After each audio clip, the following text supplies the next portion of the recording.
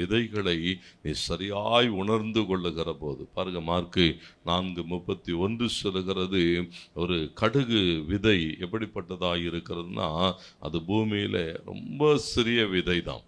ஆண்டவருக்கு மகிமை உண்டாகட்டும். அதை சொல்லுகிற போது பூமியில் உள்ள சகல விதைகளிலும் அது சிறியதாய் இருக்கிறது. ஆனால் பூமியிலே அது விதைக்கப்பட்டதற்கு பின்பு ஆண்டவருக்கு மகிமை உண்டாகட்டும். பாருங்களேன், அது விதைக்கப்படுகிற வரையிலும் அது எப்படிப்பட்டதுன்னு சொன்னா ஒரு சாதாரணமானது தான். கர்த்தருக்கு மகிமை உண்டாகட்டும். ஆனா அது விதைக்கப்பட்டதற்கு பின்பு பாருங்க, நம்முடைய கைகளிலும் தேவன் கொடுத்திருக்கிற அந்த விதைகள், அவைகள் ஒருவேளை ஒரு சாதாரணமான நிலைமையில இருக்கலாம், ஒன்றுமில்லாதது போல தெரியலாம். கர்த்தருக்கு மகிமை உண்டாகட்டும். ஆண்டவர் என்ன எதிர்பார்க்கிறான்னு சொன்னா, அவைகளை சரியாய் நீங்கள் விதைக்கிற போது அந்த வார்த்தை சொல்லுகிறது, விதைக்கப்பட்ட பின் அது என்ன செய்யுமா, வளரும் என்று எழுதப்பட்டிருக்கிறது. தேவனுக்கு மகிமை உண்டாகட்டும். ஒவ்வொரு நாளும் ஆண்டவர் பாருங்களேன், விதைகளை தருகிறது மாத்திரமல்ல, அதை வளரச் செய்கிறார் என்று எழுதப்பட்டிருக்கிறது. எப்படி வளர்கிறதா வார்த்தை சொல்லுகிறது, சகல பூண்டுகளிலும் பெரிதாகி.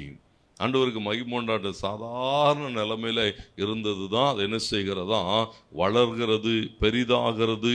அது மாத்திரமல்ல, அநேகருக்கு அது எப்படி இருக்கிறதா, ஒரு ஆசீர்வாதமாய் ஆகாயத்து பறவைகள் எல்லாம் அதில் வந்து என்ன செய்கிறதா, தங்கி தாபரிக்கும்படியாய், ஆசீர்வதிக்கப்படும்படியாய் ஒரு பெரு மரமாய் அது என்ன செய்கிறதை பார்க்கிறோம். வளர்ந்து விதை என்ன செய்கிறதா, ஒரு பெரிய விருட்சமாய் மாறுகிறது.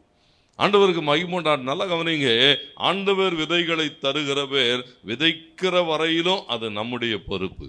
தேவனுக்கு மகிமை உண்டான விதையை நீங்க சும்மாவே கூட வச்சிருக்கலாம், ஒன்றும் பிரச்சனை இல்லை. கர்த்தருக்கு மகிமை உண்டாது, அது அப்படியே தான் இருக்கும். ஆனால் விதைக்கிற போது ஆண்டவர் எப்ப என்ன எதிர்பார்க்கிறான்னு சொன்னா, நம்முடைய பிரயாசங்கள், நம்முடைய முயற்சிகள் கர்த்தருக்கு மகிமை, சிறியதோ பெரியதோ, விதைக்கப்பட்ட பின்பு அது தேவனுடைய பொறுப்பு. ஆமென், ஹல்லேலூயா. ஆண்டவர் அதை பொறுப்படுத்திக் கொள்வார். அது ஆண்டவருடைய பகுதியாய் மாறி போகிறது. ஆண்டவர் கையில ஒப்பு கொடுத்து விட்டு காரியங்களை செய்கிற போது சிறியதோ பெரியதோ ஆண்டவருக்கு மகிமை உண்டாகட்டும். தேவன் நம்முடைய விதைகளோடு கூட இடைப்படுவார். தேவன் நம்முடைய விதைகளை என்ன செய்வாரா? ஏன்னா இங்கே சொல்லப்பட்டிருக்கிறது, புசிக்கிறவனுக்கு அவர் ஆகாரத்தை தருகிற தேவன் தான், ஆனால் விதைக்கிறவனுக்கு விதையை தருகிறார் என்று சொல்லுகிற போதே அவர் இன்னும் கூட ஒரு வார்த்தை சேர்த்து சொல்லுகிறார், அவர் உங்களுக்கு விதையை தருகிறார். ஆண்டவருக்கு மகிமை உண்டாகட்டும். ஒவ்வொரு நாளும் பாருங்களேன், இங்கே சொல்லப்பட்டிருக்கிறது, தேவன் அந்த விதையோடு கூட இடைப்படுகிற போது அது வளரும் என்று எழுதப்பட்டிருக்கிறது, அது பெருகும் என்று சொல்லப்பட்டிருக்கிறது, பெருமரமாகி அநேக ஆயிரங்களுக்கு ஆசீர்வாதமாய். ஒவ்வொரு நாளும் நாம் என்ன செய்ய வேண்டி இருக்குன்னு சொன்னா, தேவன் நம்முடைய கைகளிலே கொடுத்திருக்கிற விதைகளை அறிந்து கொள்ளுகிறது மாத்திரமல்ல, கைகளில் கொடுக்கப்பட்டிருக்கிற அந்த விதைகளை பயன்படுத்தி ஆக வேண்டும்.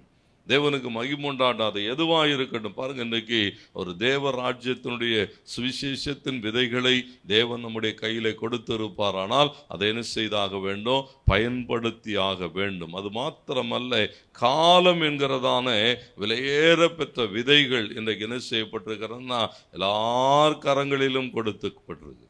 ஆண்டவர் அதை தான் எதிர்பார்க்கிறார். எபேசியர் 5:14 வாசிக்கிற போது அங்கே அப்போஸ்தலனாகிய பவுல் சொல்லுகிறான், தூங்குகிற நீ வெடித்து மரித்தோரை விட்டு எழுந்திரு, அப்பொழுது கிறிஸ்து உன்னை பிரகாசிப்பார் என்று சொல்லி இருக்கிறது. ஆகையால் நீங்கள் என்ன செய்யுங்க, ஞானமற்றவர்களைப் போல நடவாமல் ஞானம் உள்ளவர்களைப் போல கவனமாய் நடந்து கொள்ள பார்த்து, நாட்கள் பொல்லாதவைகள் ஆனபடினால் காலத்தை பிரயோஜனப்படுத்திக் கொள்ளுங்கள். ஆண்டவருக்கு மகிமை உண்டாகட்டும்.